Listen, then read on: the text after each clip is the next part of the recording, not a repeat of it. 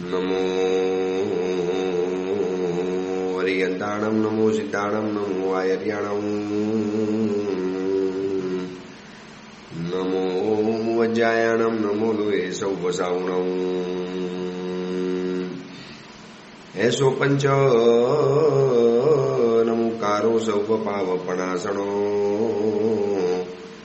મંગલાનમ ચ સૌદેશી પરમમ વૈ મંગલમ. મંગલમ ભગવાન વીરો, મંગલમ ગૌતમ પ્રભુ,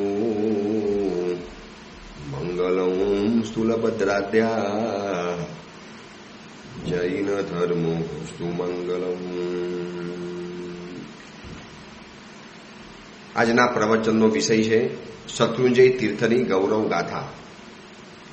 વૈશાખ વદ છઠનો આજનો દિવસ, આજનો આ ધન્ય દિવસ 493 વર્ષ પૂર્વની એક ઘટનાને આપણે યાદ કરીએ. 493 યર્સ. આજે શત્રુંજયના જિનાલયની શત્રુંજય તીર્થાધિરાજ ઉપર જે દેવ વિમાન સમાન જે જિનાલય શોભી રહેલું છે, એની 493મી આજની આ ધજા વર્ષગાંઠનો દિવસ. અને આ વૈશાખ વદ છઠનો ધન્ય દિવસ એક અદ્ભુત ઇતિહાસ લખાઈ ગયો. આજે જે શત્રુંજય તીર્થની આપણે વારંવાર યાત્રા કરીએ છીએ, સાચો જૈન, પ્રત્યેક જૈન કદાચ વર્ષની અંદરમાં એક વખત તો જે શત્રુંજય તીર્થની યાત્રા કરતા હશે, અને જીવનની અંદરમાં જેને એક વખત તો શત્રુંજય તીર્થની યાત્રા કરી હશે, અને જે યાત્રા કરે છે એ અવશ્ય મેવ ભવી જીવ ગણાય. આજે નહીં તો કાલે, કાલે નહીં તો પરમ દિવસે, કભી ન કભી મોક્ષ में वो जरूर जाएगा. આવો એક મહામહિમાવંતુ, મહાપ્રભાવી, મહામહિમા સંપન્ન આવા એક તીર્થની આજે ગૌરવ ગાથાને આપણે યાદ કરવી છે કે આજના વૈશાખ વદ છઠના આ દિવસે 493 વર્ષ પહેલા, એટલે કે 493 યર્સ એગો, એની પહેલા જે બનેલો એક અદ્ભુત ઇતિહાસ, બનેલી એક અદ્ભુત ગૌરવ ગાથા. જ્યારે જ્યારે પણ શત્રુંજય તીર્થના ઉદ્ધારને આપણે યાદ કરીએ એટલે આપણી સમક્ષ 16 ઉદ્ધારની વાતો યાદ આવી જાય. એક વખત મનમાં કલ્પના પણ છે, ભાવના પણ છે, સપનું પણ છે કે 16 ઉદ્ધારના પ્રવચનો એક આખો વૈશાખ મહિનો ચલાવવો છે. જે વૈશાખ વદ છઠના દિવસે પરમાત્મા આદિનાથ જિનાલયની પ્રતિષ્ઠા થયેલી હતી. વસ્તુપાલ તેજપાલે જે મમ્માણી ખાંડના પથ્થરો જે લાવેલા હતા, અને એમાંથી દિવ્યતા સંપન્ન મનુષ્યની જેમ જેમને 7 વખત શ્વાસ લીધા છે એવા દેવાધિદેવ આદિનાથ પરમાત્માની પ્રતિષ્ઠા, પ્રાણ પ્રતિષ્ઠા, પરમાત્માની સ્થાપના અને જિનાલયની ધજા આજના દિવસે 493 વર્ષ પહેલા બનેલી હતી. તો એક જિજ્ઞાસા થાય કે જાવરસા, બહારસા, સમરાસા, કર્માસા, આ બધાએ કરાવેલા ઉદ્ધારને આટલું બધું મહત્વ કેમ અપાય છે? ઉદ્ધાર તો 16 ઉદ્ધાર થયા છે, ટોટલ 16 ઉદ્ધાર. આ શત્રુંજય તીર્થનો જે ઇતિહાસ મળે છે, દાદા આદિનાથ ભગવાનથી ચાલ્યો આવતો આ શત્રુંજય ગિરિરાજનો ગૌરવવંતો ઇતિહાસ, અને વચલા સમયની અંદરમાં 16 ઉદ્ધાર થતા ગયા. ક્યારેક આપણે 16 ઉદ્ધારની કહાનીને વાંચીશું, પણ વર્તમાન સમયની અંદરમાં એવા કટોકટીના સમયમાં, એવા આપત્તિના સમયમાં, એવા મુશ્કેલીના સમયમાં, એવા સંકટ ભર્યા સમયની અંદરમાં જાવરસા, બહારસા, સમરાસા અને કર્માસા, આ 4 સુશાવકોએ જે ઉદ્ધાર કરાવેલો હતો એને એટલું બધું મહત્વ એટલા માટે અપાય છે કે જો આવા ઉદ્ધારો વર્તમાન સમયની અંદરમાં એક સૃષ્ટિ પણ કરી શકે એમ છે. વર્તમાન સમયની અંદરમાં જૈન શાવકો પાસે રહેલો જે પૈસો, જીવદયા અને જીન પૂજા અને વૈયાવચ ઇત્યાદિ કાર્યો દ્વારા જે ઉત્પન્ન થયેલું પુણ્ય, અને એનાથી જૈનો વર્ષે દિવસે જીવદયા, અનુકંપા, સાધર્મી ભક્તિ, છરીપાલી સંઘ, ઉદ્ધાન, 99 ચાતુર્માસ ઇત્યાદિ પ્રસંગોની અંદરમાં અબજો રૂપિયાનો ખર્ચ કરે છે.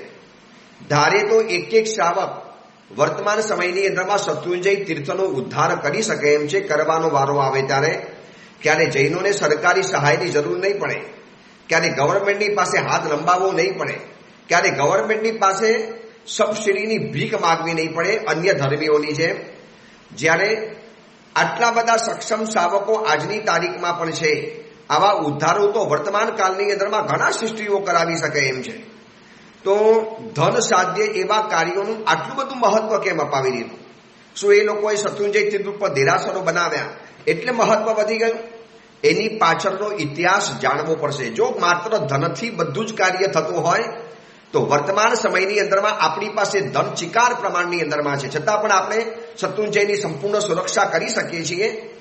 દર અઠવાડિયે, દર 15 દિવસે, દર મહિને, દર 2-4-6 મહિને એક દુઃખદ ભર્યા સમાચાર આવતા જાય કે ફલાણા ભરવાડે આપણું અપમાન કરી નાખ્યું, સમણી ભગવંતોને થપ્પડ મારી દીધી, એમની મજાક મસ્કરી કરવાની અંદરમાં આવી, ડોલીવાળાએ આપણને હેરાન કરી ગયા. કોઈ પણ વ્યક્તિ શત્રુંજય તીર્થ ઉપર પોતાની મકબરો બનાવી જાય, પોતાનું મંદિર બનાવી જાય, પોતાનું કાંઈ પણ કરી જાય, જો ધન સાધ્ય હોત તો વર્તમાન સમયમાં ધનની ક્યાં કમી ના રહેલી છે? ચિકાર ધન છે આપણી પાસે. એટલે આ જાવરસા, બહારસા, સમરાસા અને કર્માસા આ 4 વ્યક્તિને આજે આપણે યાદ કરવા છે કે જે લોકો શત્રુંજય તીર્થનો ભવ્ય ઇતિહાસ બનાવીને ગયા. જાવરસાએ જે ઉદ્ધાર કર્યો એ એવા કપડા સમયની અંદરમાં ઉદ્ધાર કર્યો, એવા કટોકટીના સમયની અંદરમાં ઉદ્ધાર કર્યો કે જે સમયની અંદરમાં શત્રુંજય તીર્થના ઉદ્ધારની અત્યંત જરૂરિયાત હતી. જે સમય એટલે આ 4 વ્યક્તિનું જે વધારે જે બહુમાન થાય છે, વધારે એની બોલબાલા થાય છે, એ ધન સાધ્ય કાર્ય કર્યું છે માટે નહીં, હકીકતની અંદરમાં બહુ મુશ્કેલ ભર્યું કાર્ય હતું, બહુ પડકારજનક કાર્ય હતું, અતિશય સાહસ ભર્યું આ કાર્ય હતું. જે કાર્ય કરવાની અંદરમાં ભલભલી વ્યક્તિ કદાચ એકાદ વખત રહી જાય. 13મો ઉદ્ધાર કર્યો જાવરસાએ, 14મો ઉદ્ધાર કર્યો છે બહાર મંત્રી એટલે કે બહારસાએ, 15મો ઉદ્ધાર કર્યો છે સમરાસાએ અને 16મો ઉદ્ધાર કર્યો છે કર્માસાએ. આ જાવરસા, બહારસા, સમરાસા અને કર્માસા ધન સાધ્ય કાર્ય કર્યું છે માટેના વખાણ નથી થતા, માટેના બહુમાન નથી થતા. ધન સાધ્ય કાર્ય તો આજે આપણે પણ ક્યાં નથી કરી શકતા. છતાં પણ આટલા બધા શ્રીમંતો હોવા છતાં, આપણું રાજકારણની અંદરમાં આટલું મોટું વર્ચસ્વ હોવા છતાં, ગુજરાતના ગૃહમંત્રી જૈન હોવા છતાં, શત્રુંજય તીર્થ ઉપર જો આવા હુમલા થતા હોય, આવી કોઈ પણ ભરવાડ જેવી વ્યક્તિઓ શત્રુંજય તીર્થની આસાધના કરીને જતા રહેતા હોય અને આપણે મોઢું વકાસીને જોતા રહીએ, આપણું કશું જ નથી ચાલતું, આપણે હાથ બંધાયેલી અવસ્થાની અંદરમાં છીએ, આપણને આપણી જાત ક્યારેક ક્યારેક નપુંસક લાગે, આપણે જાત ઉપર ક્યારેક શરમ આવે, ક્યારેક એમ થાય કે ખૂણાની અંદરમાં જઈને જાતે 4 થપ્પડ મારી દેવી જોઈએ કે આ મહાપુરુષોએ જાવરસા, બહારસા, સમરાસા અને કર્માસાએ કેવી કટોકટીનો સમય. તમને એ ઇતિહાસ મારે બતાવવો છે કે આ 4 વ્યક્તિઓનો ઉદ્ધાર અત્યંત જરૂરી કેમ હતો, કેમ એ લોકોનું આટલું બધું મહત્વ વધી ગયું. 5મા આરાની અંદરમાં આ 4 મહાનુભાવોએ શત્રુંજયનો ઉદ્ધાર જે કર્યો છે ને એ વિશિષ્ટ સંયોગોની અંદરમાં કર્યો છે.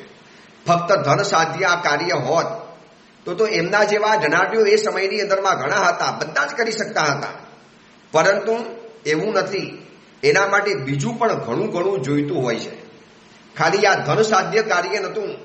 જે આ 4 મહાનુભાવોએ 13મો, 14મો, 15મો અને 16મો જે ઉદ્ધાર કર્યો, ફરી વખત યાદ કરાવી દઉં. 13મો ઉદ્ધાર કર્યો જાવરસાએ, 14મો ઉદ્ધાર કર્યો બહારસાએ, 15મો ઉદ્ધાર કર્યો છે સમરાસાએ અને 16મો ઉદ્ધાર કર્યો છે કર્માસાએ. આ જે વ્યક્તિઓએ ઉદ્ધાર કર્યો છે, ખાલી ધન સાધ્ય આ કાર્ય નહોતું.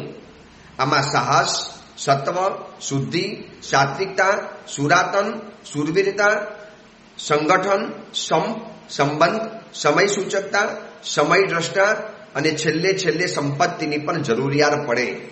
આટલી વસ્તુઓ ભેગી થાય ત્યારે આવા કટોકટીના અને મુશ્કેલ ભર્યા અને પડકાર ભર્યા સમયની અંદરમાં શત્રુંજય તીર્થનો ઉદ્ધાર થઈ શકે એમ છે. જાવરસાએ વિક્રમ સંવત 108ની અંદરમાં જીર્ણોદ્ધાર કરાવ્યો. એની પહેલા શત્રુંજયની હાલત મિથ્યા દ્રષ્ટિ થઈ ગયેલા કપરદી અક્ષય એટલી બધી બગાડી નાખેલી હતી. કપરદી યક્ષ જે શત્રુંજય તીર્થના અધિષ્ઠાયક છે. શત્રુંજય તીર્થ કાર્ય એટલે તીર્થ રક્ષા દક્ષાય શ્રી કપરદી યક્ષાય નમઃ, આવું આપણે જે જાપ કરીએ છીએ.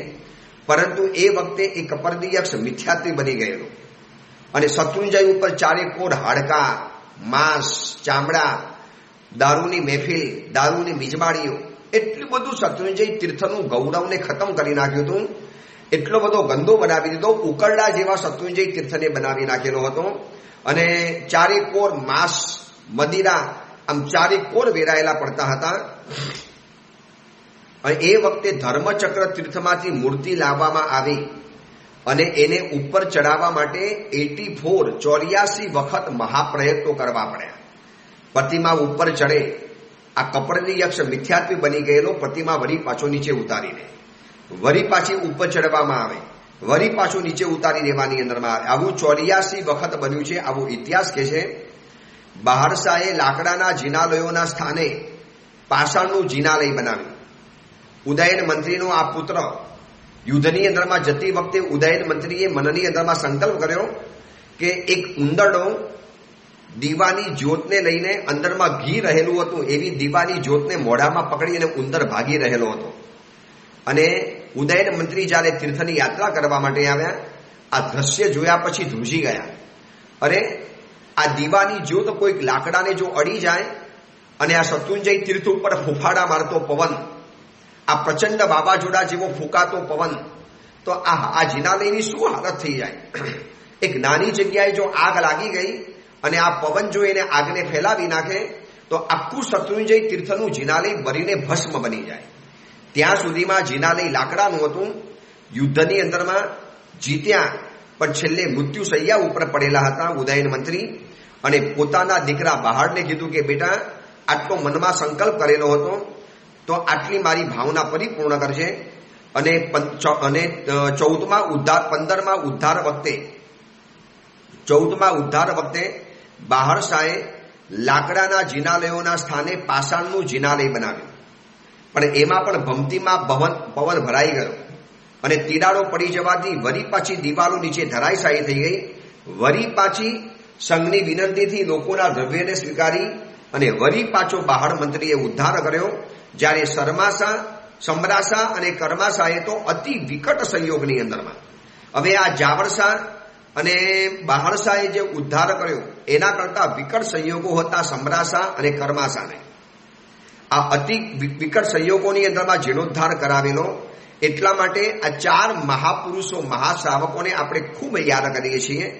આપણે એ વ્યક્તિઓને ધન્યવાદ આપીએ એટલા ઓછા પડે કે આદિનાથ પ્રભુની પરંપરાથી ચાલી આવતું આ ગૌરવવંતું તીર્થ, જેના કાંકરે કાંકરે અનંતા જીવો મોક્ષની અંદરમાં ગયા છે, જેના કણ કણની અંદરમાં અનંત સિદ્ધ ભગવંતોનો વાસ રહેલો છે, જ્યાં 99 પૂર્વવાર આદિનાથ પરમાત્મા પધારેલા છે, જેની સાથે સમગ્ર જૈન સંઘની આસ્થા અને આશા જોડાયેલી છે. આ તીર્થને બચાવવાનું ભગીરથ કાર્ય આ 4 મહાપુરુષોએ કર્યું. અને એમાંથી સમરાસા અને કર્માશાએ તો અતિ વિકટ સંયોગ, એવા રાજકીય વિકટ સંયોગ, એવો સામાજિક વિકટ સંયોગ, અને એની અંદરમાં આ લોકોએ ઉદ્ધાર કરાવ્યો. સમરાસાના વખતની અંદરમાં ગુજરાતની અંદરમાં મુસલમાનોનું શાસન શરૂઆત થઈ ચૂકેલી હતી. આતતાયી બનીને આ દેશની અંદરમાં આવ્યા. આ દેશની અંદરમાં ભાંગફોડ કરવા માટે આવ્યા. આ દેશની અંદરમાં તોડફોડ કરવા માટે આવ્યા. આ દેશની અંદરમાં લૂંટફાટ કરવા માટે આવ્યા.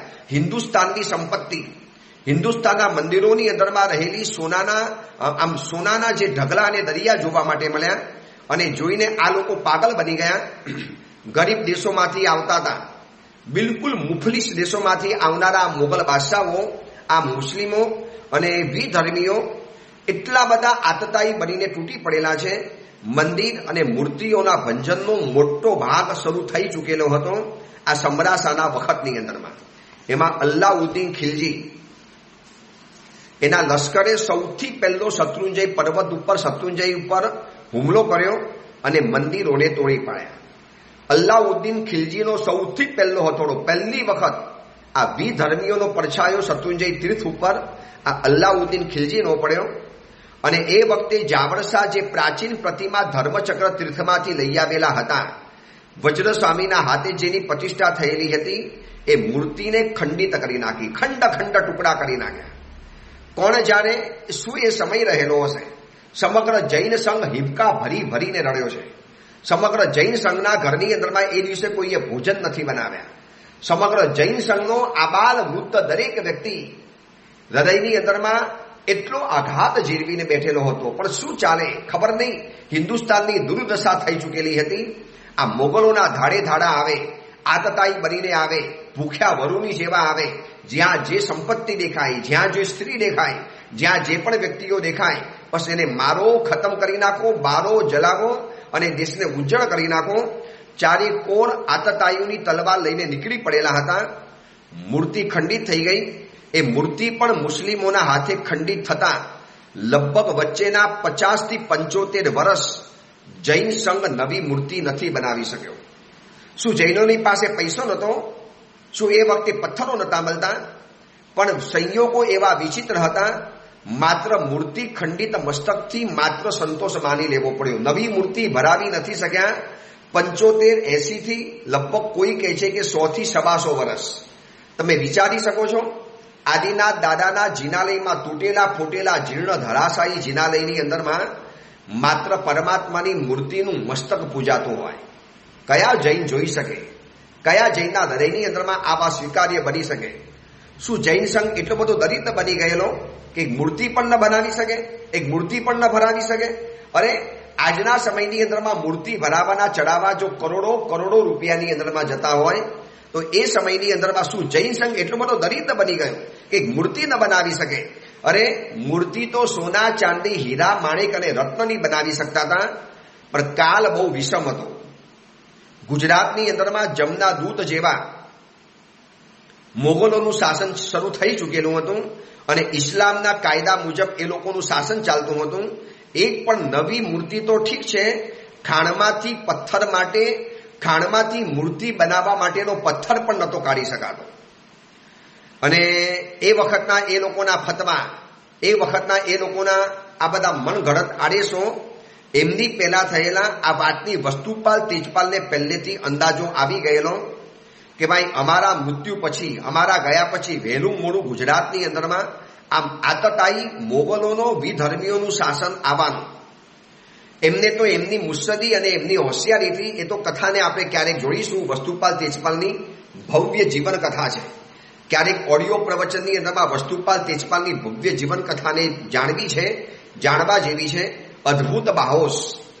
પણ એમને એમના કાર્યકાળની અંદરમાં ગંધ તો આવી ગયેલી હતી કે અમે તો આજે મુસ્લિમ રાજાઓની સાથે ગરબો બાંધ્યો છે અને અમારું પરાક્રમ, અમારું પૂર્વ આયોજન, અમારી વ્યૂહરચના, એનાથી ડરીને આ મોગલો ગુજરાતની અંદરમાં તો ચડીને નહીં આવે. એ સમયે ચારેકોર મોગલો આંધીની જેમ ફરી વર્યા હતા. માત્ર ગુજરાત બાકાત બચી હતું આ વસ્તુપાલ તેજપાલના પરાક્રમ અને બુદ્ધિના પ્રતાપે. હવે આ જીન શાસનનો એક શ્રાવક કેટલો ધુરંદેશી ભર્યો હોય. હું તો લોકોને કહું છું કે જેને ટ્રસ્ટી બન્યું છે, જે ટ્રસ્ટી બની ચૂક્યા છે, જે આગેવાન બની ચૂક્યા છે, એવા દરેક વ્યક્તિઓએ વસ્તુપાલ તેજપાલનું જીવન ચરિત્ર અવશ્ય મેવ એક જાણે તમારે સિલેબસની જેમ વાંચી લેવું જોઈએ. હજી સુધી ગુજરાતની અંદરમાં મોગલોના ઘોડા ચડી વળ્યા નહોતા, એનું આક્રમણ નહોતું આવ્યું. એ સમયની અંદરમાં વસ્તુપાલ તેજપાલને ખ્યાલ આવી ગયો કે ગમે તારે આક્રમણ આવવાનું, આક્રમણ આવશે, મંદિર મૂર્તિઓ બચવાના નથી, ખતમ થઈ જવાના છે. આ તીર્થો સલામત નથી રહેવાના. પાછળના રાજાઓ જો મજબૂત આવ્યા, એક સંપ રાખીને અગર જીવી શક્યા, તો જ આ લોકોનો સામનો કરી શકાશે. પણ વિષમ કાળ છે. એ વખતે વસ્તુપાલ તેજપાલે ધુરંદેશી બતાવી. એટલે તમને કહું, વસ્તુપાલ તેજપાલે આ પરમાત્માની મૂર્તિ ભરાવી એના લગભગ 289 વર્ષ, એટલે કે આશરે 300 વર્ષ જેટલા પહેલા એમને અંદાજ આવી ચૂકેલો હતો કે પછીના સમયની અંદરમાં મજબૂત પથ્થરોની જરૂરિયાત પડવાની છે. તમે વિચારી શકો છો શું એ લોકોની પાસે ધુરંદેશી હશે? શું એ લોકોની પાસે દૂરદ્રષ્ટાપણું હશે? શું આ વસ્તુપાલ તેજપાલની પાસે ભવિષ્યને ઝાંકવાની એક બુદ્ધિ પ્રતિભા હશે કે 300 વર્ષ પહેલા, એટલે કે એમ કહેવાય છે કે વિક્રમ સંવત 1298માં વસ્તુપાલ તેજપાલે આ મૂર્તિ માટેની મમ્માણી ખાંડની શિલા દિલ્હીના બાદશાહ પાસેથી પ્રાપ્ત કરી, ગ્યાસુદ્દીન બાદશાહ પાસેથી. અને લગભગ એના 289 વર્ષ પછી એ પ્રતિમા કામ આવી છે. મતલબ 300 વર્ષ પહેલા જે ભવિષ્ય જોઈ શક્યા હોય, એમની પછીનું 300 વર્ષ પછી આ પથ્થર કામ આવવાનો છે. શું એમની બાહોશી હશે? શું એમની હોશિયારી હશે? એટલા માટે વસ્તુપાલ તેજપાલને વિચાર ચતુરાનંદ કહેવાતા હતા. પોતાના પછીના 200-500 વર્ષ પછી શું થવાનું છે એ લોકો જોઈ શકતા હતા, અને આ જોઈ શક્યા એટલા માટે તો આજે આપણને શત્રુંજય તીર્થાધિરાજ પર્વત ઉપર મમ્માની ખાંડમાંથી બનેલા આદિનાથ પરમાત્મા જોવા માટે મળે છે. અને જ્યારે જાબરશાહના સમયની અંદરમાં આ પ્રતિમા જ્યારે તૂટવાની અંદરમાં આવી, સકલ જૈન સંઘ ભેગો થયો અને એ લોકોને એટલી ખબર તો હતી કે વસ્તુપાલ તેજપાલે 5 જબરજસ્ત શિલા, એની ઉપર ઘણના ઘા મારો, એની ઉપર ગમે એટલા પ્રહાર કરો પણ તૂટે નહીં એવી લોખંડ ટાઈપ મમ્માની ખાંડની 5 શિલાઓ કોઈક જગ્યાએ છુપાવી તો છે. પણ એ વખતે જૈન સંઘે નક્કી કર્યું કે અત્યારે ભવિષ્ય આપણું કોઈ સલામત નથી, વર્તમાન આપણો અસુરક્ષિત છે. આજે આપણે જે મજેથી તીર્થની યાત્રા કરીએ છીએ, આજે આપણને મન થાય ત્યારે ગમે ત્યારે આપણે શત્રુંજય તીર્થની યાત્રા કરવા પહોંચી જઈએ છીએ. ગમે ત્યારે સોમવાર, મંગળવાર, બુધવાર, ગુરુવાર, કોઈ પણ તારીખે, કોઈ પણ વારે, કોઈ પણ સમયે, કોઈ પણ તહેવારમાં, કોઈ પણ પર્વમાં, કોઈ પણ મહિનાની અંદરમાં, કોઈ પણ ઋતુની અંદરમાં આપણે શત્રુંજય તીર્થની આજે જે શાંતિથી, સહજતાથી, આસાનીથી અને એકદમ આમ સહજતાથી જે યાત્રા કરી શકીએ છીએ ને, એ આ 4 મહાપુરુષોના પ્રતાપે. અને સાથે ગણવા હોય તો વસ્તુપાલ તેજપાલના એક બાહોશી ભર્યા દૂરંદેશીના કારણે આજે આપણે કેટલી સરળતાથી, સહજતાથી તીર્થની યાત્રા કરીએ છીએ. અને વચલા 75 થી 80 થી 125 વર્ષ સુધીની અંદરમાં જૈન સંઘ સોનાની, ચાંદીની, હીરા, માણિક, રત્નની પ્રતિમા ભરાવી શકે એવો તાકાત ધરાવતો હોવા છતાં પણ એક પથ્થરની પ્રતિમા પણ નતા ભરાવી શકતા. કેટલી મજબૂરી હશે, શું એ સમય રહેલો હશે, કેવા એ આતતાયુના ફતવા બહાર પડેલા હશે. અને એ વખતે જૈન સંઘે ભેગા થઈને કીધું કે આ સમયને પસાર થઈ જવાનો, હમણાં મમ્માની ખાણમાંથી, પથ્થરમાંથી પ્રતિમા નથી બનાવી, હજી એનો સમય નથી પાક્યો, અત્યારે બનાવવા જઈશું અને વળી પાછું કોઈક આક્રમણ નવું આવશે. અને હકીકતની અંદરમાં એવું થયું કે નવી પ્રતિમા ભરાવી અને એ પણ પ્રતિમા તૂટી જવાની અંદરમાં આવી. અને પછી આ 16મા ઉદ્ધાર થવાની જે શરૂઆત આવી, લગભગ વિક્રમ સંવત 1587ની આસપાસની આ ઘટના છે. વૈશાખ છઠના તો આ પરમાત્માની પ્રતિષ્ઠા થઈ હતી. વિક્રમ સંવત 1587ની અંદરમાં જ્યારે એ સમયમાં એટલે કે 493 વર્ષ પહેલાનો એક ઇતિહાસ જાણવા જેવો છે. ગુજરાતની અંદરમાં ધીરે ધીરે થોડીક પ્રગતિ થવા માંડી, શાંતિ થવા માંડી, થોડોક શાંતિનો રસ્તો ખુલવા માંડ્યો. અને એવા સમયની અંદરમાં મમ્માની ખાણમાંથી આ જે 5 પ્રતિમા હતી એને ભરાવાનો સમય આવી ગયો. એને ભરાવાનો સમય હવે બરોબર પાકી ચૂકેલો હતો. પરંતુ એ કાળ કેવો ભયંકર હશે એ જાણવા માટે કેટલીક માહિતી જાણવા જેવી છે.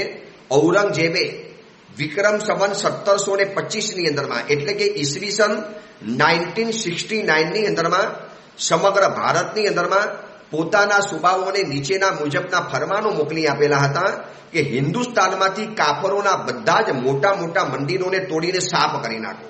એમાં જેમ રામ મંદિર પણ ખતમ થયેલું હતું, એવી રીતે આપણા તો અનેક મંદિરો ખતમ થઈ ચૂકેલા હતા. આજે બધા જ મંદિરો મસ્જિદ બનીને ઉભેલા છે.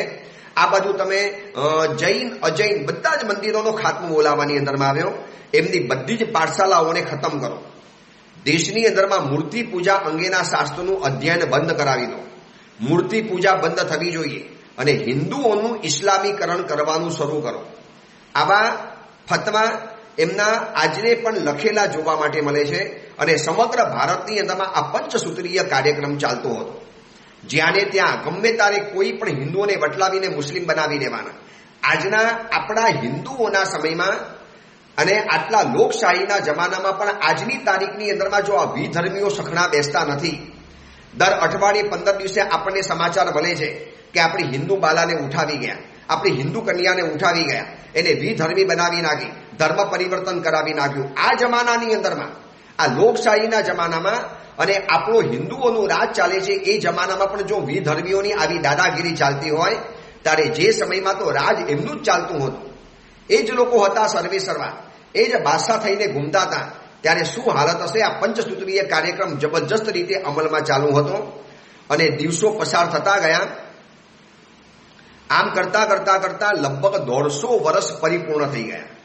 અને આ 150 વર્ષની અંદરમાં ન મૂર્તિ બનાવી શક્યા, ન જિનાલય બનાવી શક્યા, કે ન આપણે કોઈ નવું કાર્ય શત્રુંજય તીર્થ ઉપર કરાવી શક્યા. સમગ્ર જૈન સંઘ રાહ જોતો હતો કોઈક એવો મસીહા પાકે, કોઈક એવી વ્યક્તિ આવે અને જે આ શત્રુંજય તીર્થનો એક ઉદ્ધાર કરી આપે. એટલી બધી લોકોના મનની અંદરમાં ઈચ્છા હતી. આજે જે જિનાલય દેખાય છે એ જિનાલય બનાવ્યું છે બહાર મંત્રીએ, અને જિનાલયની અંદરમાં જે પ્રતિમા છે એ પ્રતિમા ભરાવી છે સમરાસાએ. આટલું ખાસ સમજી રાખજો. અને પ્રતિષ્ઠા વખતનો જે માહોલ, નાભિનંદન જીર્ણોદ્ધાર પ્રબંધ, આ પુસ્તકની અંદરમાં શત્રુંજય ગિરિરાજની પ્રતિષ્ઠા વખતનો જે ભવ્ય ઇતિહાસ બતાવ્યો છે. 493 વર્ષ પહેલાની અંદરમાં 500 સુરીવરો મુનિવરો આ પ્રતિષ્ઠાની અંદરમાં ઉભા હતા. લાખોની જનમેદની હતી અને કર્માશાહે એટલો અદ્ભુત મહોત્સવ માંડેલો હતો. પ્રતિષ્ઠાની અંદરમાં લગભગ એને એ સમયનું 1.25 કરોડ ધન વાપર્યું છે. એ સમયનું કદાચ આજે અબજ 2 અબજ રૂપિયા થઈ જાય આજની ભાષાની અંદરમાં. અગણિત લોકો આવતા ગયા, અદ્ભુત મહોત્સવ મંડાયો, અદ્ભુત થયું અને એવો પ્રભાવ ફેલાયો કે 2 મુનિવરોએ 180 ઉપવાસ કર્યા. ક્ષમાધીર મુનિ ભગવાન અને રત્નસાગરજી મુનિ ભગવાન, મિચ્છામી દુક્કડમ રત્નસાગરજી મુનિ ભગવાન અને જય મંડળ મુનિ ભગવાન, આ બંને મુનિવરોએ 6 મહિનાના ઉપવાસ કર્યા. અનેક લોકોએ છઠ, અઠ્ઠમ, અઠ્ઠાય, લાખોના જાપ, લાખોની આરાધના થઈ. કારણ કે 150 વર્ષ પછી શત્રુંજય તીર્થ ઉપર કોઈ નવી પ્રતિમા ભરાઈ શકાય છે, ચહલ પહલ દેખાય છે અને જયનાથના ડંકાઓ બજે છે, શંખ બાજે છે, ઢોલ નગારાનો અવાજ આવે છે. 150 પોણા 200 વર્ષ પછી શત્રુંજય તીર્થની અંદરમાં કંઈક ચહલ પહલ જોવા માટે મળે છે. પરંતુ જે સમયની આ ઘટના છે એ સમયમાં સમગ્ર જૈન સંઘ રાહ જોતો હતો કોણ આનો ઉદ્ધાર કરશે, 16મો ઉદ્ધાર કોણ કરવાનો હતો. આજે જે જિનાલય દેખાય છે એનું નામ છે નંદીવર્ધન પ્રસાદ. ભૂતલથી લગાવી અને શિખર સુધી આ જિનાલયની ઊંચાઈ છે 52 હાથની, 52 હાથની ઊંચાઈ છે. 1225 આની અંદરમાં કુંભ શોભી રહેલા છે. 4 દિશાની અંદરમાં 4 યોગિનીનો વાસ છે, 10 દિક્પાલ છે. મંદિરની ચારે તરફ 72 દેવકુલિકાઓ છે, 4 ગવાક્ષ છે, 32 પુતળીઓ છે, 32 તોરણોથી શોભતું આ જિનાલય છે. આરસના 24 હાથીઓ છે અને 74 થાંભલા ઉપર આ પરમાત્મા આદિનાથનું આજનું આ જિનાલય ઊભું છે. અને આ જિનાલય બનાવનારા છે બહાર મંત્રી. મંદિરને થોડું તોડી નાખવાની અંદરમાં આવ્યું, મૂર્તિને તોડી નાખવાની અંદરમાં આવી હતી. સકલ જૈન સંઘ રાહ જોઈને બેઠેલો હતો કે કોઈક એવો વ્યક્તિ જાગે અને આ જીન શાસનના અદ્ભુત જિનાલયનો ઉદ્ધાર કરાવે. અને એ સમયની અંદરમાં મેવાડની અંદરમાં તોલાસા નામના એક શાવક હતા.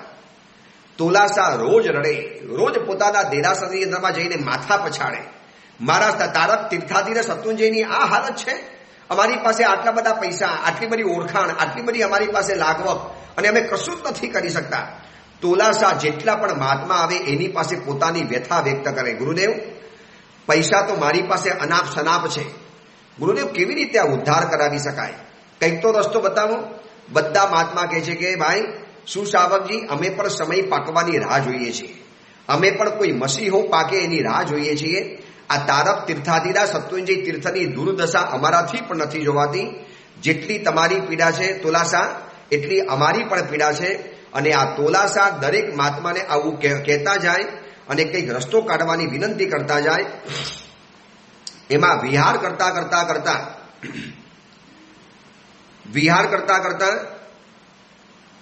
મેવાડના એક ગામની અંદરમાં એક મહાત્મા જઈ પહોંચ્યા અને એ મહાત્માની પાસે વળી પાછી પોતાની આ વિનંતી મૂકી કે સાહેબ, આ તીર્થની આ અમારાથી જોવાતી નથી. અને મહાત્માનું નામ હતું આચાર્ય શ્રી ધર્મરત્ન સુરી મહારાજ. ચિત્તોડની અંદરમાં પધાર્યા. પ્રભાવ સંપન્ન આચાર્ય ભગવંત હતા. સાંજના સમયની અંદરમાં પ્રતિક્રમણ પછી તોલાસા આ ધર્મરત્ન સુરીશ્વરજીના મસ્તકની ખોરાની અંદરમાં માથું મૂકી અને ધુસકે હિબકે રડે છે. ચિત્તોડનો એ ઉપાશ્રય એમના અવાજના ડુસકાથી ગાજી ઉઠ્યો. આચાર્ય ભગવંતનો વાલસોયો હાથ એમની પીઠ ઉપર ફરે છે અને જ્યારે માથું ઊંચું કર્યું, લાલ ચોર આંખો છે, ચહેરા ઉપર વેદના છે. ગુરુદેવ પૈસાને શું કરવાના, આપણે શત્રુંજય તીર્થ ઉપર નવું જિનાલય કેમ નથી બનાવી શકતા? ગુરુદેવ ખાવું નથી ભાવતું, જીવવું નથી ગમતું, કેવી રીતે આ બધું થઈ શકે? અને આચાર્ય ધર્મરત્ન સુરીશ્વરજી ચોંકી ગયા કે આવો પણ એક શાવક છે જેને આટલી બધી પીડા છે, જેને આટલી બધી વેદના છે, જેને આટલી બધી આતુરતા છે, જેને આટલી બધી અહોભાવના અને ભાવના છે. આચાર્ય ભગવંતે કીધું કે તમે કાલે મને મળો, આપણે કંઈક રસ્તો કાઢીશું. અને આચાર્ય ભગવંતે જે શબ્દ કીધા અને સાંભળ્યા પછી તોલાસા જાણે કે આસમાન સુધી કૂદી કૂદીને નાચવા મળ્યા.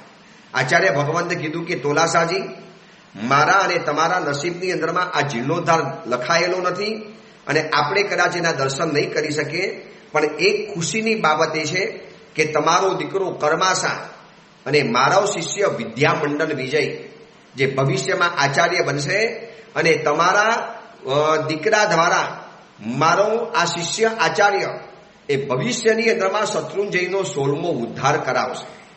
અને તોલાસાનું મન મયુર નાચી ઉઠ્યું. એ દિવસે તોલાસા જે નાચ્યા હશે, જે એને ખુશી મનાવી હશે, ભલે ગુરુદેવ મને જોવા માટે નહીં મળે, પણ મારો દીકરો, મારો 6ઠ્ઠા નંબરનો છેલ્લો દીકરો આ ઉદ્ધાર કરાવશે, એ જે નાચ્યા છે, જે કૂદ્યા છે, જે હર્ષ ભાવના વ્યક્ત કરી છે. અને કીધું ગુરુદેવ આ કર્માસા મેં આપને સોંપ્યો અને એ દિવસથી કર્માસાનું ઘડતર શરૂ કરવાની અંદરમાં આવ્યું. કારણ કે સમય બહુ વિચિત્ર હતો. મેં તમને પહેલા કીધું ને કે આ તીર્થ ખાલી જો ધનથી જ બનવાનું હોત તો ક્યારનું બની ગયું હોત, પણ આ માત્ર ધનનું કામ નહોતું. આમાં સાહસ, સત્વ, શુદ્ધિ, સાત્વિકતા, સુરાતન, સુરવીરતા, સંગઠન, સંબંધ, સમય સૂચકતા, સમય દ્રષ્ટાપણું અને છેલ્લે સંપત્તિ, આટલી વસ્તુઓની જરૂર પડવાની હતી. અને એના માટે કર્માસાને બરોબર તૈયાર કરવામાં આવ્યા. કર્માસાને જાપ આપવાની અંદરમાં આવ્યો. બહુ લાંબી ઘટના છે, મેં પહેલા એક વખત ઓડિયો પ્રવચનમાં બતાવી છે. આજે પણ આપણે યાદ કરવો છે વૈશાખ વદ 6નો આજનો આ ધન્ય દિવસ, કે આજના દિવસે શત્રુંજય તીર્થની પ્રતિષ્ઠા થઈ અને એવા અદ્ભુત મુહૂર્તે પ્રતિષ્ઠા થઈ કે 493 વર્ષ સુધી અખંડ રીતે, નિર્વિઘ્ન રીતે આ તીર્થ આપણા સુધી પહોંચ્યું છે. બસ એ કર્માસા, એ વિદ્યામંડન સુરીશ્વરજી ભગવંત, એ 500 આચાર્ય ભગવંત અને એ સમયનો અદ્ભુત ઉલ્લાસ. કર્માસાએ ઘણી ઘણી ઓળખાણો વાપરી, પાણીની જેમ પૈસા વહાવડ્યા છે, પાણીની જેમ. ચિંતામણી મંત્રની આરાધના કરી અને તપ જપથી યુક્ત બની કોઈ પણ જાતના વિઘ્નો આવે એને પહોંચી વળવું છે, કાંઈ પણ કરવું છે. જ્યારે ગુજરાતના બાદશાહ પાસેથી આ મંજૂરી પત્ર જ્યારે મેળવ્યો અને ખંભાતની અંદરમાં જઈને કર્માસાએ પોતાના ગુરુ વિદ્યામંડન સુરીને જ્યારે આ વાત કરી છે, સમગ્ર ખંભાત સંઘે કર્માસાનું સ્વાગત કર્યું છે, એ ફરમાનનું સ્વાગત કર્યું છે. ગામે ગામ સમાચાર પહોંચી ગયા, ગામે ગામ સમાચાર મોકલી આપવામાં આવ્યા કે શત્રુંજય તીર્થ ઉપર ઉદ્ધારનું કાર્ય શરૂ થઈ ચૂકેલું છે. અને સમગ્ર જૈન સંઘ જેની રાહ જોતો હતો, એ આજથી બરોબર 493 વર્ષ પૂર્વે અદ્ભુત ઉલ્લાસ સાથે આદિનાથ પરમાત્માની આ પ્રતિમાએ 7 વખત મનુષ્યની જેમ શ્વાસ લીધા અને એવી રીતે આ તીર્થનો દબદબો વધતો ચાલ્યો. આજે આપણને દેખાય છે કે શત્રુંજય તીર્થનો શું તાકાત છે, શું પ્રભાવ છે, શું મહિમા છે. પણ દુઃખદ હકીકત એ છે કે કટોકટીના સમયની અંદરમાં આ 4 મહાપુરુષો, સમરાસા, કર્માસા, જાવરસા અને બહારસા, આ 4 મહાપુરુષોએ શત્રુંજય તીર્થની અદ્ભુત કટોકટી, જબરજસ્ત કટોકટીનો સમય, અને એવા સમયમાં શત્રુંજય તીર્થને બચાવી શક્યા છે. અને આજે આપણે કહેવાતા જૈનો કરોડો રૂપિયાનો જ્યારે આપણે ખર્ચા કરીએ છીએ શત્રુંજય તીર્થની અંદરમાં, વારે તહેવારે ઉપદાન, 99 યાત્રા, છરીપાલી સંઘ, આ જાણે રોજ બરોજનું ચાલતું ગયું છે. મહોત્સવો, વર્ષી તપના પારણા, રોજ શત્રુંજયમાં ધૂમધામ થાય, રોજ વરઘોડા નીકળે, રોજ વાજા વાગે, કોઈ દીક્ષાના, કોઈ પારણાના, કોઈ પ્રતિષ્ઠાના, અંજન સલાકાના, ઉપદાનની માલાના, 99 યાત્રાના, ચોમાસાના પ્રવેશના, કોઈને કોઈ વાજા રોજને રોજ વાગ્યા કરે. એ કટોકટીના સમયની અંદરમાં શત્રુંજય તીર્થને બચાવી શકનારા આજે આપણે જૈનો દુઃખદ હકીકત સાથે કહેવું છે કે આપણી થોડોક અવિનય, આપણો થોડોક અવિવેક, આપણી થોડીક ઉદ્ધતાએ, આપણી થોડીક અનઆવડત, એના કારણે આ શત્રુંજય તીર્થને આજે આપણે કદાચ ગુમાવવાના આરા ઉપર ઉભેલા છીએ. ભલે બહારથી દેખાય શત્રુંજય તીર્થની જાવું જલારી, ભીતરમાં જઈને જાઓ, કોઈ પણ ભરવાડ જેવી વ્યક્તિ ગમે તારે કોઈ પણ શાવકને મારી શકે, કોઈ પણ મહાત્માની મજાક મસ્કરી કરી શકે, કોઈ પણ ડોલી વાળો આપણને ગમે તારે પરેશાન કરી શકે, કોઈ પણ ઘોડાગાડી વાળો આપણી મજાક મસ્કરી ઉડાડી શકે, અને નીચે ભેર અને શેરડીના રસને વેચનારા ખૂમચા વાળા આપણને જૈનોની રાજધાનીની અંદરમાં ગાળાગાળી કરી શકે. આપણા સમણ સમણી ભગવંતોને નીચી નજરે પસાર થઈ જવું પડે. આપણા સુશીલ સમણી ભગવંતોની મજાક અને ગંદી ઠઠ્ઠા મસ્કરી ઉડવાની અંદરમાં આવે. કેમ થયું આવું? આપણો અતિરેક અને આપણો અવિવેક કદાચ આ શત્રુંજય તીર્થને આપણા હાથમાંથી છીનવી લેશે. કેટલો બધો અતિરેક છે, કેટલો બધો અતિરેક, ભક્તિનો પણ અતિરેક. બસ હરેક સંગ કાઢો, ના નથી પાડતા, પણ એમાં તમારે બગીઓ લાવવાની શું જરૂર પડતી હોય છે? શું કામ તમારે બગીઓની જરૂર પડે છે? બધા જ વિધર્મીઓની આ બગીઓ ચાલે છે, જે આ તીર્થના નુકસાનની અંદરમાં મોટું કારણ રહેલું છે. શું કામ આટલી દેખાદેખી? શું કામ બેન્ડોની જરૂરિયાત પડે? શું કામ બગીઓની જરૂરિયાત પડે? ચાલીને જાઓ, ચાલીને તીર્થયાત્રા કરી શકો છો. તપસ્યા હોય તારે બગી, ફલાણું કાર્ય હોય તારે બગી. યાદ રાખજો, અતિરેક પણ નકામો છે અને સાવ ભક્તિ ન કરવી એ પણ નકામું છે. અતિવૃષ્ટિ અને અનાવૃષ્ટિ બે શબ્દ આવે છે. ક્યારે જાગીશું? ક્યારે સમજીશું? હજી કેટલા અપમાન સહન કરીશું? કેટલા માર સહન કરીશું?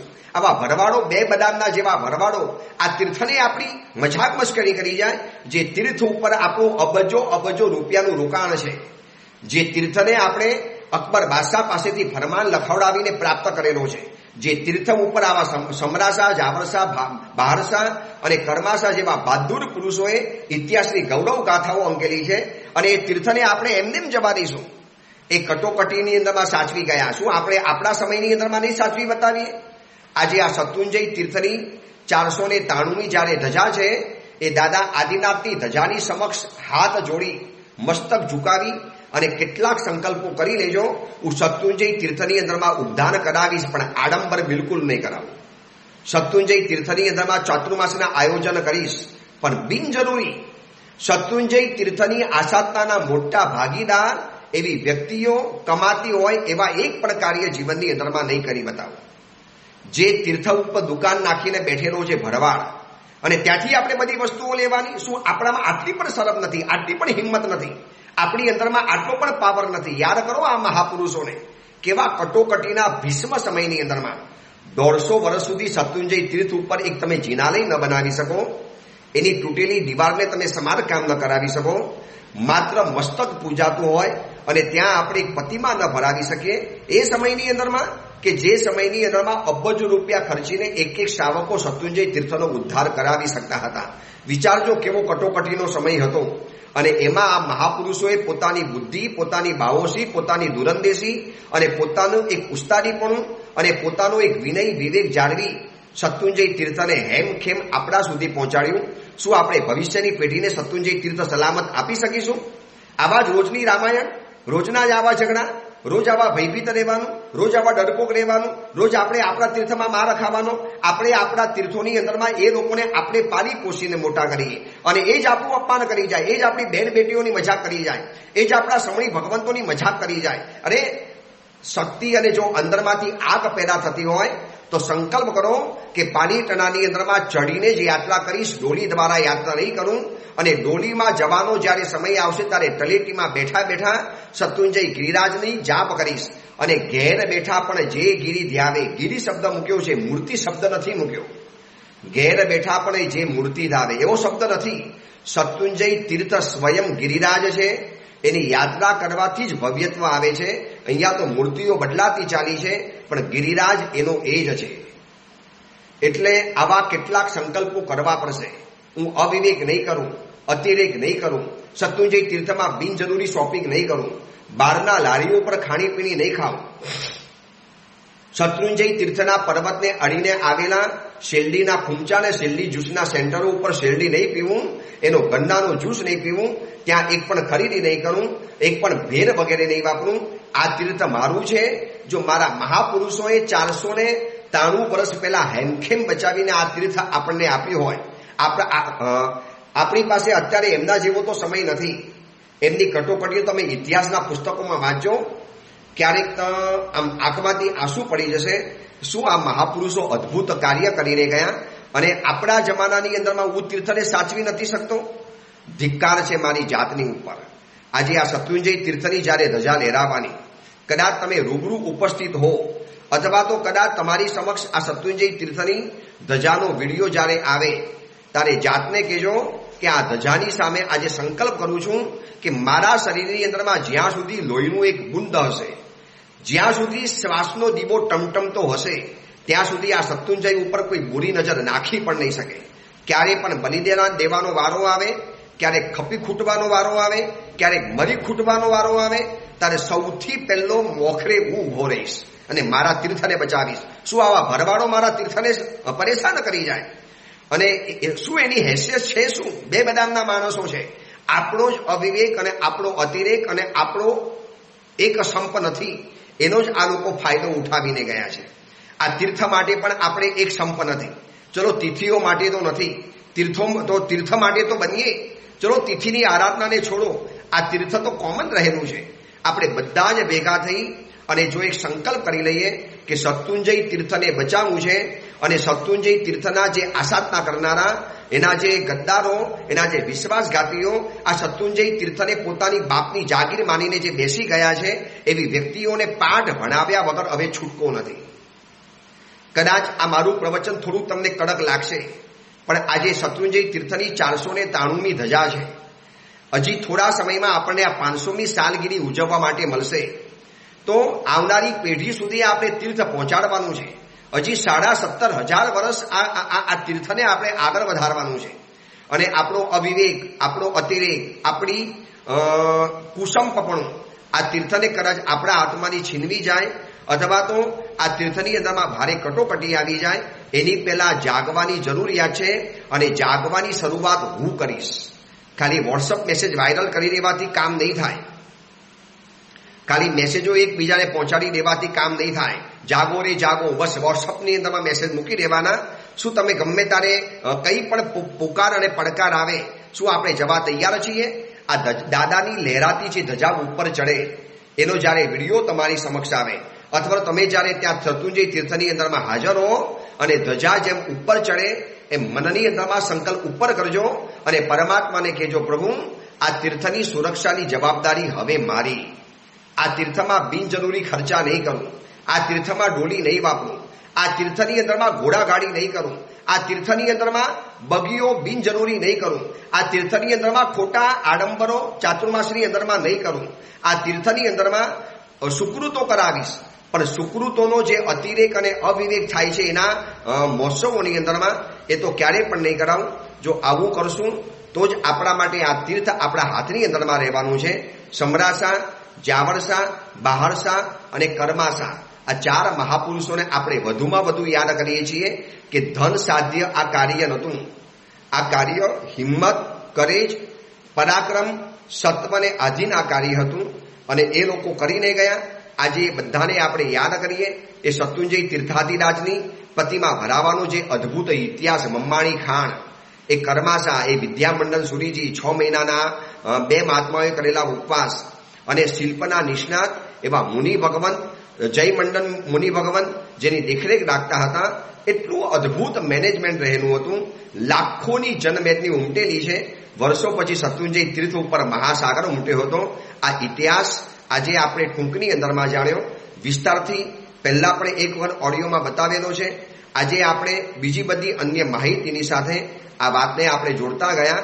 આજે વસ્તુપાલ તેજપાલે બનાવેલી મમ્માણી ખાણમાંથી આદિનાથ પરમાત્મા, પુંડરીક સ્વામીજી અને આ બાજુ રાયણ વૃક્ષ અને કોઈ કહે છે કે નવા આદિનાથ, એ પણ એમાંથી ભરાવેલા છે. હજી 1-2 પથ્થર કોઈક જગ્યાએ છુપાયેલા પડ્યા છે. જ્યારે કટોકટી આવશે ત્યારે જ આપણને તીર્થના અધિષ્ઠાયક આપણને મમ્માની ખાંડના પથ્થરો આપણને હાથની અંદરમાં રાખશે. આપણે તો કહીએ કે હજારો વર્ષ સુધી બસ આ પ્રતિષ્ઠા યાવચંદ્ર દિવાકર તપી રહે, એ તપી રહે. જો આપણે અવિવેક અને અતિરેક ઓછો કરીએ તો, આપણે આ તીર્થના ગૌરવને જો બરોબર સાચવીને સમજી લઈએ તો બસ એને આજે કરજો. શત્રુંજય તીર્થાધિરાજના ચરણોમાં નમસ્કાર. એ પ્રતિષ્ઠા સમયની અંદરમાં જે લોકોએ મહેનત કરી એમને નમસ્કાર. એ વિદ્યામંડન સુરીજી, એ તોલાસા, ધગધગતી આગને ધરાવનારા એ તોલાસા, તો જ એમને આવા કર્માસા જેવો દીકરો પેદા થાય.